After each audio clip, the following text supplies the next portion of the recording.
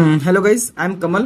बघा, आता आपण टाइम अँड वर्क सुरू करणार आहे. ठीक आहे, टाइम अँड वर्कचा आज जात आपला पार्ट 1 व्हिडिओ राहील. ठीक आहे, तर बघू याच्यामध्ये पहिला क्वेश्चन काय म्हणत आहे. बघा, आशा ही वर्षाच्या तुलनेत अधिक किती 4 पट अधिक कार्यक्षम आहे. किती आहे? 4 पट अधिक कार्यक्षम आहे आणि ती एका कामाला पूर्ण करण्यासाठी वर्षाला लागणाऱ्या कालावधीच्या 30 दिवस आधी त्या कामाला पूर्ण करू शकते.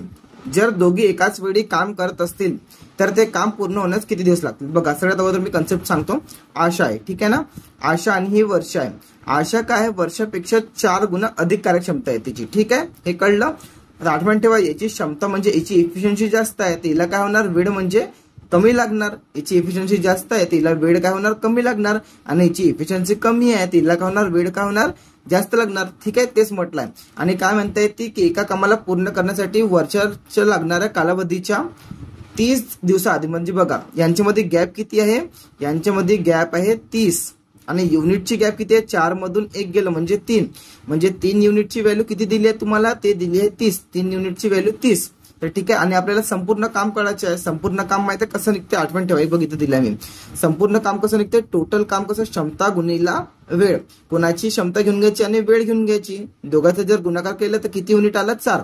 बघा, 3 युनिटचं व्हॅल्यू किती आहे? 3. आणि आपलं किती युनिट किती आहे पूर्ण कामाचं? 4. तर 3 युनिटचं मान 3 आहे. 4 युनिटचं मान मग किती होऊन जाईल? ते होऊन जाईल 40 युनिट. हा तुमचं काय झाला? हा तुमचं झाला पूर्ण काम. ठीक आहे ना, हा तुमचं झाला पूर्ण काम. ठीक आहे, त्यानंतर काय म्हणताय की दोघी एकाच वेळी काम करायचे. ठीक आहे, दोघांची क्षमता किती आहे? 4 आणि 1 5 आहे. आणि टोटल वर्क किती आहे? तो आहे 40. आशा आणि वर्ष यांची युनिट किती झाली? याची 4 आहे आणि याची 1 आहे. 4 आणि 1 किती झालं? 5. ठीक आहे ना, टोटल काम किती करायचं आपल्याला? 40. 40 भागीला 5 केलं. 40 भागीला 5 केलं तर किती आला? 8 दिवस. ठीक आहे का आन्सर? 8 दिवस. कळलं? ठीक आहे ना, आठवण ठेवा. हे तुम्हाला प्रॅक्टिसची पीडीएफ मी देणार आहे, याला तुम्हाला आपल्या हाताने नोट्स बनवायचे आहे. ठीक आहे, चला नेक्स्ट क्वेश्चन. हा इझी आहे. ठीक आहे ना, काय म्हटलं? जे काम आकाश 20 दिवसात पूर्ण करतो तेच काम विकास किती दिवसात पूर्ण करतो? 15 दिवसात. ठीक आहे ना, या दोघांनी जर एकत्र मिळून 5 दिवस काम केले आणि मग आकाश काम सोडून गेला आणि विकासला उर्वरित काम पूर्ण करण्यासाठी किती कालावधी लागला? खूप इझी प्रश्न आहे. बघा, हा काय आहे? तो आकाश आहे. ठीक आहे ना, आणि हा कोण आहे? विकास आहे. ठीक आहे ना, 20 आणि 15 याचं एलसीएम काय होईल? याचं एलसीएम म्हणजे तुमचे 60. 60ला 20 भाग किती वेळा जातो? तो जातो 3 वेळा. आणि 60ला 15 भाग किती जातो? तो जातो 4 वेळा. ठीक आहे ना, दोघांची इफिशियन्सी किती झाली? टोटल ते झाली 7.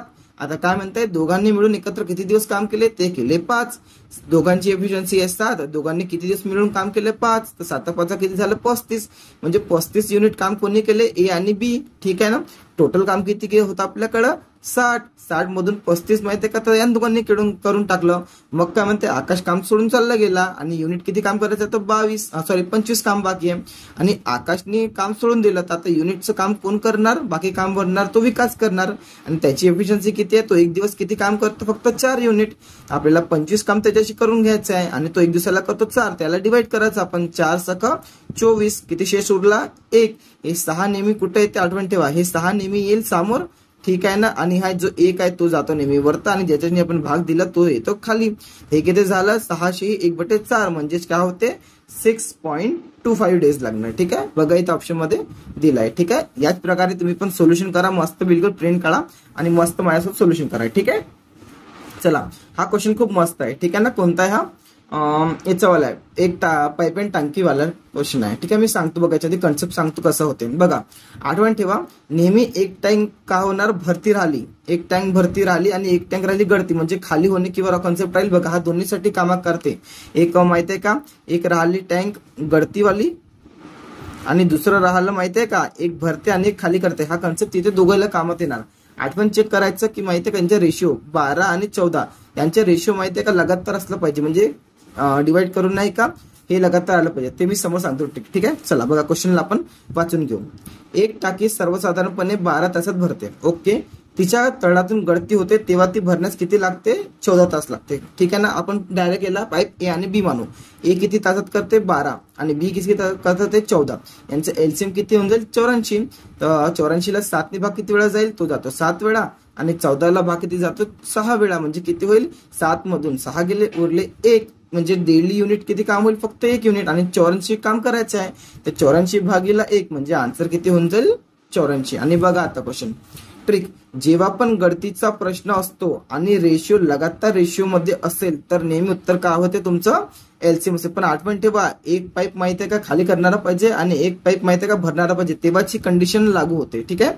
जेव्हा पण गळतीचा काय असतो, गळतीचा प्रश्न असतो आणि रेशिओ माहिती आहे का लगातार पाहिजे, म्हणजे कसं 6, 7, 8, 9 रेशिओ त्याला कापून बघायचं. ठीक आहे ना. बघा जसं याला तुम्ही कापून बघाल ना, हे 6 आणि हे 7 येईल. ठीक आहे ना. तर डायरेक्ट माहिती आहे का त्यांचा एलसीएम आन्सर असतो. पण आठवण ठेवायचं काय, एक पाईप भरणेवाला पाहिजे आणि एक पाईप पाहिजे माहिती आहे का खाली करणेवाला, म्हणूनच. चला